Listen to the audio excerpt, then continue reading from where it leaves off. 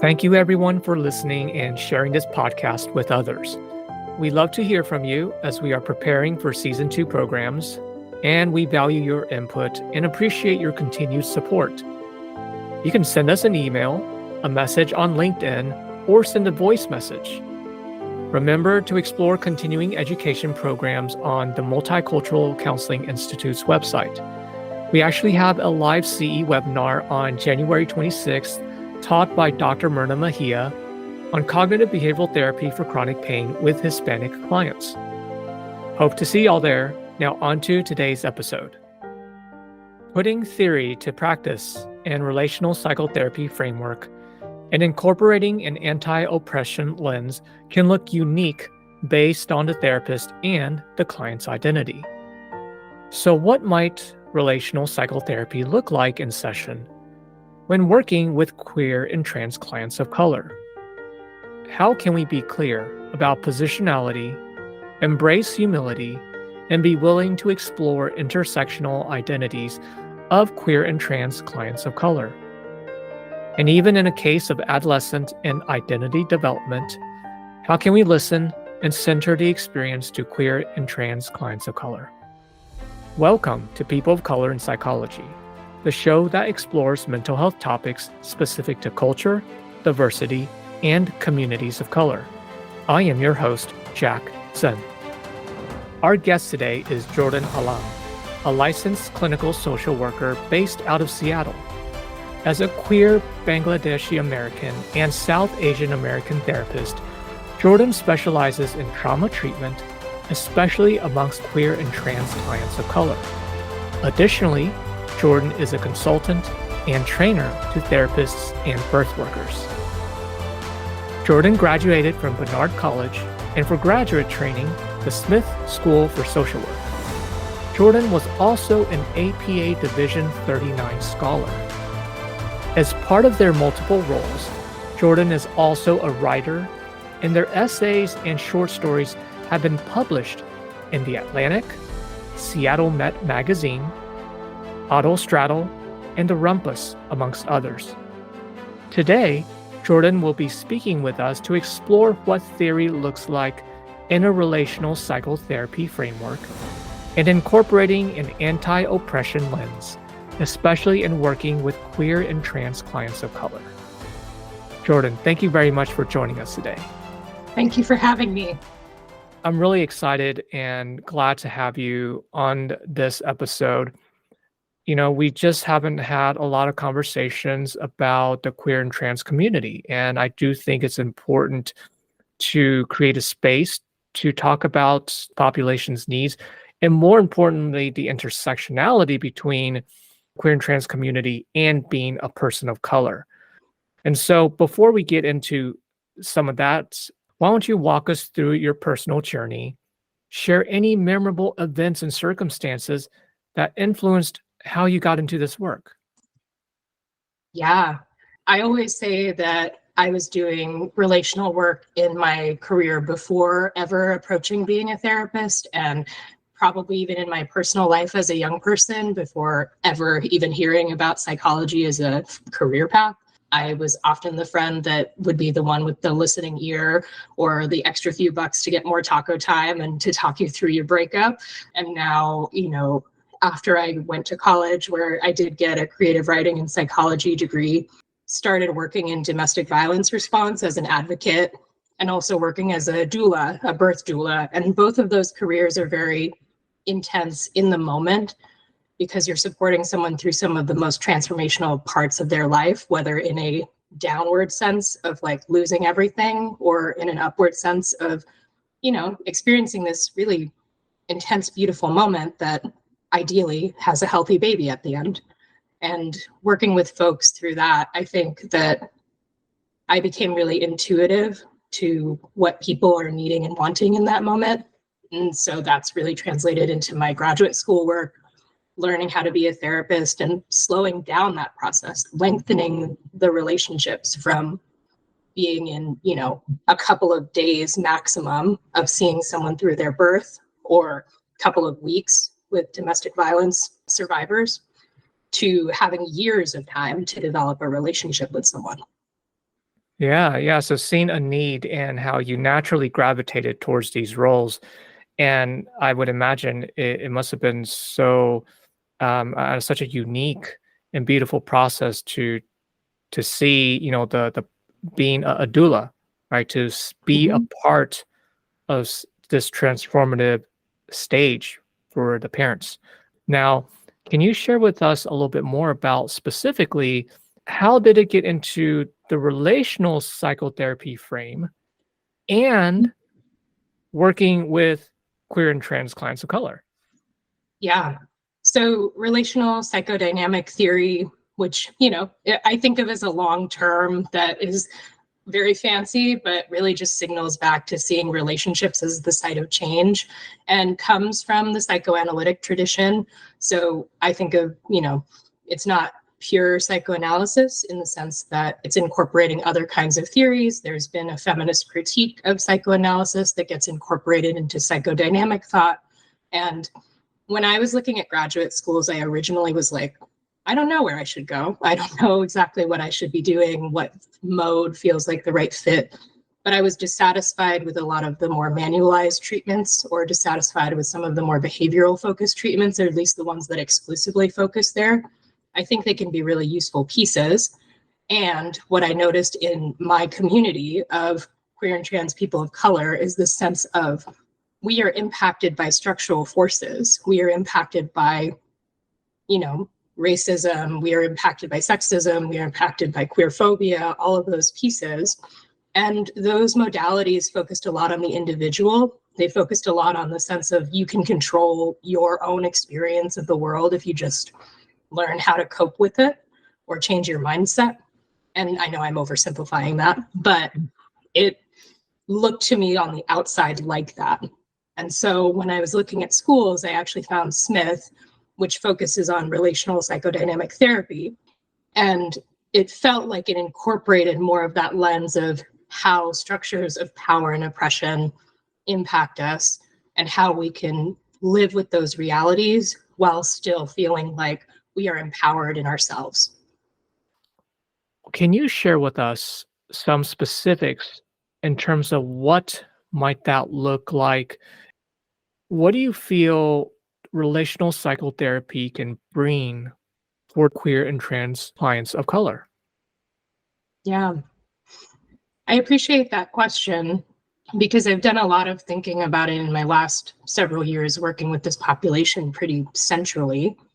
Is that I think there's a huge acknowledgement and a not looking away from the grief that can be felt by this community, that we are more likely to experience traumas early in life, higher ACEs scores, a lot of these impacts that carry lifelong. There are not models for some of the relationship formations that we are now pioneering. I think in a younger generation right now, there's more visibility of like different kinds of families and different kinds of, poly relationships and different kinds of sexualities and whatnot.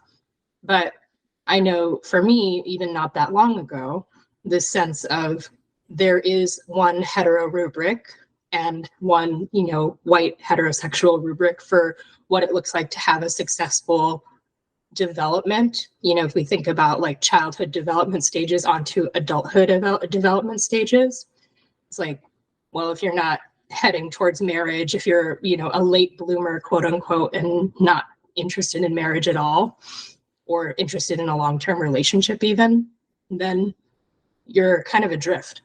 And so to me, I think about it as like relational therapy can offer that sense of creating an alternate, creating your own definition of what it looks to have a successful adult development pattern.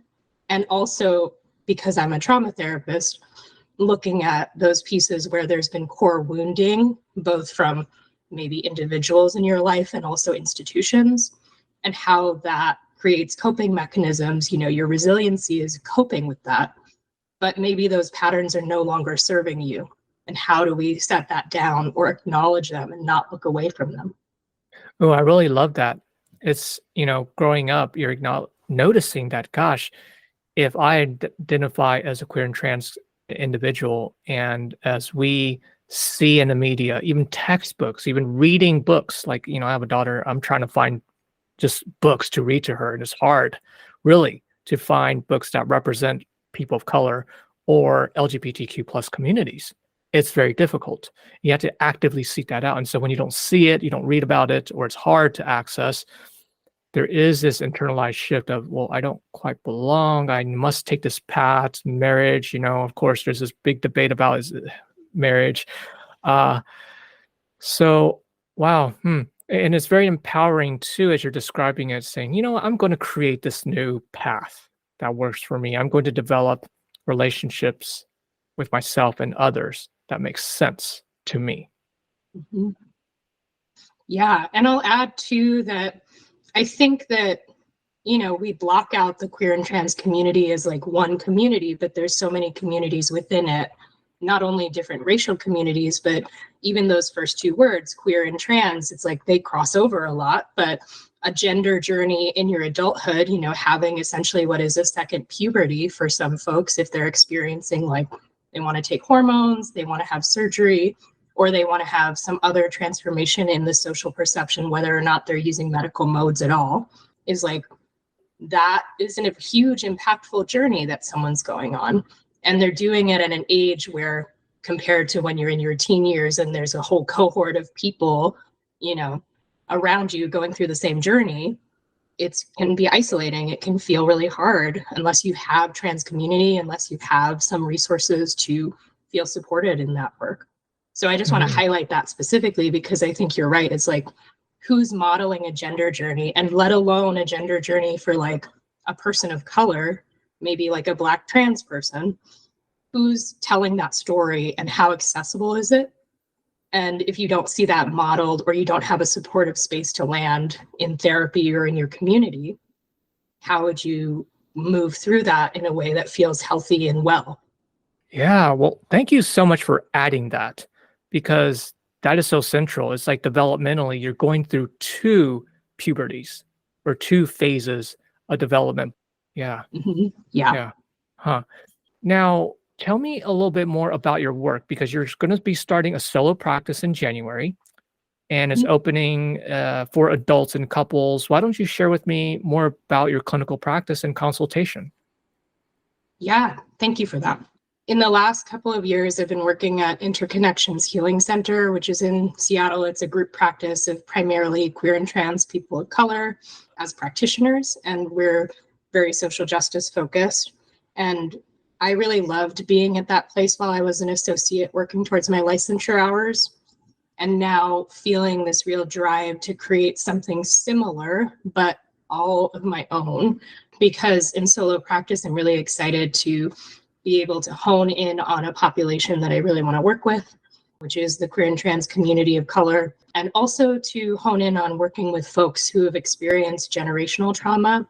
So I have worked with folks who have acute trauma experiences, complex trauma experiences, and then adding on this piece around generational trauma, which I think threads through a lot of what people are experiencing, but the sense that we're carrying some of the things that our ancestors have left behind for us, particularly thinking about immigration stories, particularly thinking about the ways in which maybe like I'm an adoptee and I work with other adoptees who feel like they don't have access to their stories. So they have to go on their own journey about what that means to define oneself without access to their family of origin. So that was an incredibly specific example, but I'm thinking about the ways in which we are holding on to the remnants of what might have been unhealed in past generations.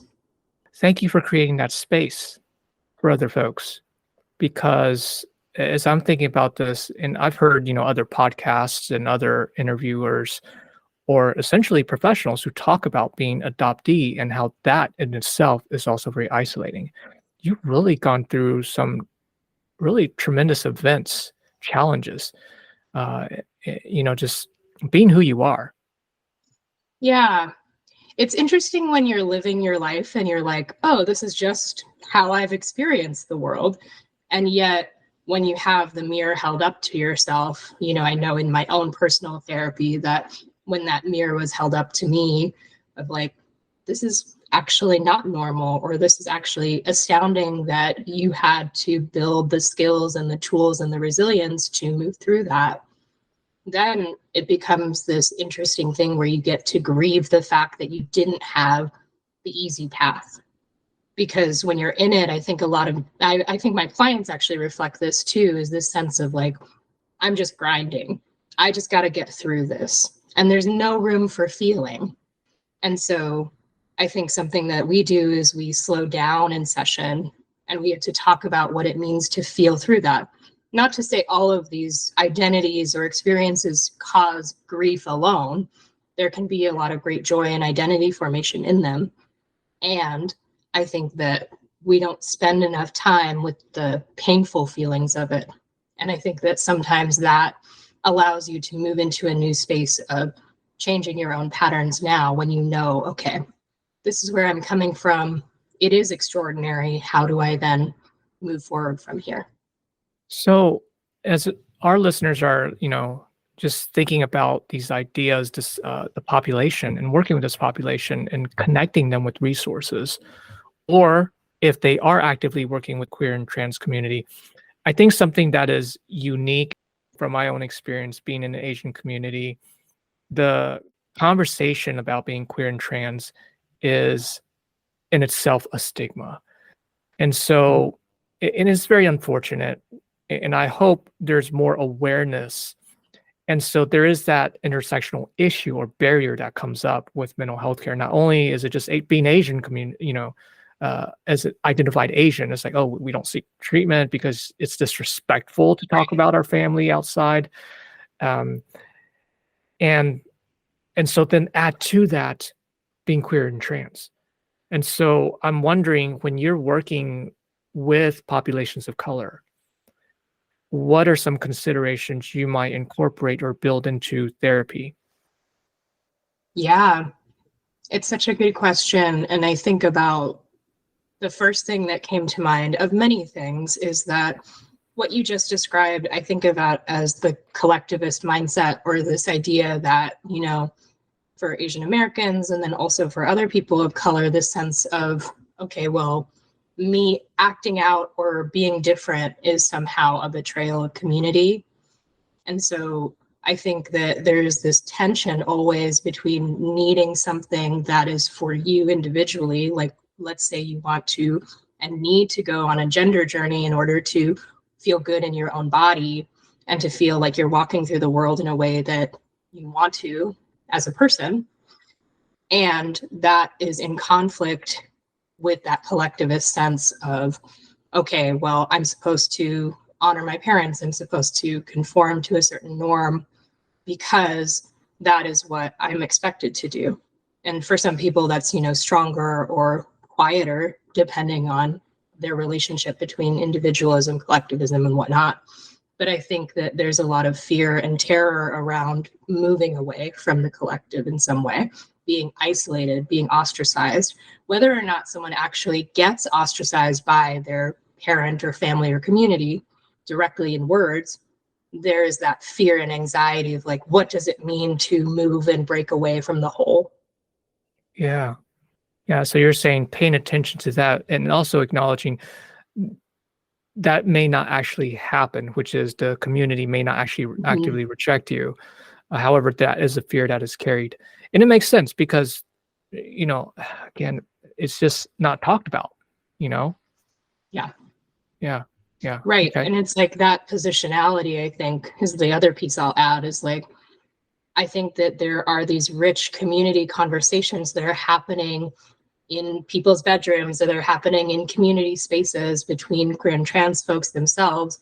But when you get out of that bubble, then you see that there's not that much literature, that there's not that much access for people who are supporting a loved one through coming out or whatnot. And, I think that we sometimes look through the positionality and the lens of dominant, straight, even straight people of color as, who is get access to how they want to interact. But I think what I love to do in my therapy is like, how do we take your lens as the primary lens? You are the expert of your own experience. and we're going to cater to you first before going back to that dominant positionality. Ooh, it also requires us to reflect upon our own positionality when we are presenting in therapy with our clients. Yes, Huh. yes, that's a huge part. Just to tie it back into relational psychodynamic therapy is like, what I really enjoy is that one of the things that pushes back on traditional psychoanalysis, or at least Freudian psychoanalysis, is the idea that we are not blank screens. We are not trying to be detached or not insert ourselves in the room. Contemporary psychodynamic theory, and this is going to get a little heady for just a second, but I'll bring it back. It talks a lot about the intersubjective space between two people or between multiple people. And so we're attendant, or at least I feel like I'm always attendant to how I'm showing up in the room as a person, as a South Asian person, as a middle class person, as all of these identities. And how does that impact your experience of me, even if you're not verbalizing it? And vice versa. How are we always interacting with power, whether we're talking about it directly or not? It's always something that's actually, it's not in a background, it's actually in a forefront as you're navigating Yeah. the space. Yeah. Mm-hmm. Yeah. Huh. Now, thinking about this work as well, what is one recommendation you would give to therapists or professionals in the field of mental health who work with clients or students of color and identify as either queer or trans? What would you recommend? Mm. I'm taking a moment here just because I want to be really thoughtful. And I think that it kind of goes with what I was just speaking on, of that sense of we're always in the room, in the sense that I know a lot of therapists that have talked to me in consultation about feeling afraid to bring themselves into the room, feeling afraid to kind of let go of that expert hat and admit that they don't know something, or to come into the room and acknowledge their own identities because it feels a little personal, feels a little risky to state where you're coming from and your positionality. And I'm not advising this sense of, you got to tell your life story, but I do think that there's something really important about acknowledging that difference, acknowledging where our stories align and don't align, and how that's impacting our work. I think it brings us into closer relationship and allows that person to trust you more. And yes, a practitioner should do their own research and should have a base of understanding so that the client doesn't have to explain everything to you. And I also think some of the most powerful work that I've done is when I've acknowledged with a client, like, hey, we may have similar identities even, but my experience is going to look different than yours. And what does it mean for us to work in that space of questioning, confusion, shared themes, even if we don't have the same experience? Huh. Ooh, what a rich conversation I would imagine that must have Yeah. elicited. Yeah. Yeah. In your career as a person of color, what were some challenges you faced and overcame that you would be willing to share? Yeah. I think that similar to so many other therapists of color that I know, I went to internships where it was majority white, if not all white. And, I was the only person of color there. And I had to feel like I was explaining myself to other people.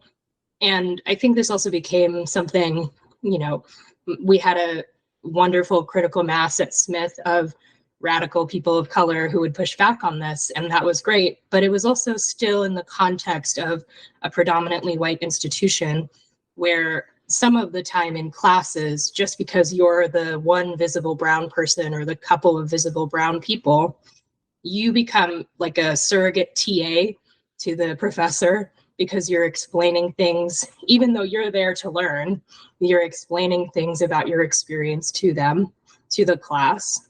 And honestly, I think that that is something that has happened throughout my life, is having to grow up fast, essentially, of not getting that precious developmental stage of being able to be taken care of by the professor in this case, or, by the institution in some form. It's always reacting against or pitted against in some way.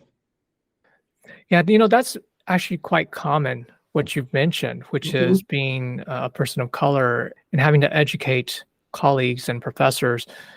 I'm actually wondering, just a thought came to mind for me, and that is, personally, how would you like that dynamic to play out? Like, is there another way around it if, Mm, let's say, I'm the only Asian American student in the classroom and someone is actually curious? They just don't know not enough about my experience, or somehow the assumption that my experience represents a group right. of Asian Americans. Uh, Personally, for you, what might be a way around that, or to address that issue? Yeah. I think that one, I am always open to have generous conversations with people who have humility, who are not sort of taking from me. That I think is one piece where I think some people approach me in a way that's not very humble, in a way that's treating me more as a resource than as a colleague. And so that's one of the pieces on the interpersonal individual level. But on an institutional level, I actually also think that professors and internships and whatnot can do a lot more to set the groundwork so that we're not swimming upstream. And what I mean by that is, when, like we were talking about with books that are representative of a lot of different experiences, that would be amazing if that was just the base of how we are learning, using cases that are about people of color, using cases that are about, maybe quote unquote one type of person of color, one ethnicity, but have different experiences, so that we're not having to do the labor of presenting that as an alternate to what is already presented to us. Totally got it. Yeah. You make it the norm. You don't have to bring it in as an outside reference, as an outside material. No, this is just part of the curriculum. This is just part of the experience. Hmm. Well, Jordan, do you have anything else you'd like to share with us? Any other thoughts? I think I'll add something that I didn't talk about for my practice, and also that I would love to provide consultation for other therapists, just as a form of advocacy, is that I provide gender confirming services letters.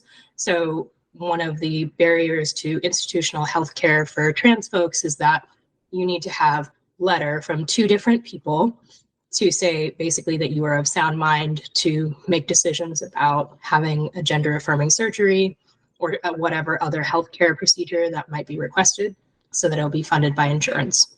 And so I provide that to the community at a sliding scale cost, whatever you're able to pay, all the way down to $0.